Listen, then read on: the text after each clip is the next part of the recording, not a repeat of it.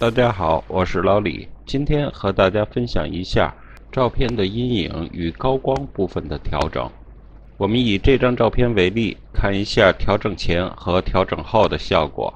这个是调整之后的效果，这个是之前的效果。好，我们从头来一遍。首先，我们按 Ctrl 加 J， 建立一个新的图层。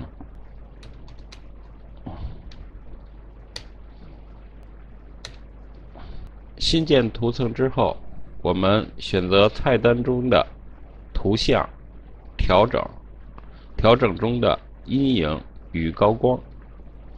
这时候我们就可以发现照片有了明显的变化。阴影部分它默认选的是35，当然我们可以拖动滑标进行进一步调整。我们在调整的过程中发现背景的部分并没有明显的变化，真正的变化就是前面牛的变化。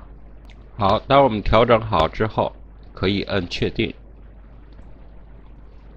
这样我们就可以清楚地看出牛的部分产生了很大的变化。我们再以下一张图为例，也是同样的，我们按 Ctrl 加 J， 复制一个图层，然后选择菜单中的调整阴影高光。如果我们把数量调整完之后，发现色差有变化，我们可以进一步更详细的调整一下。这里有一个显示更多选项，我们点选一下。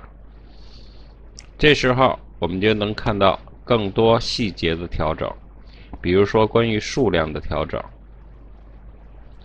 还有色调的调整，直至我们把照片调整到满意为止。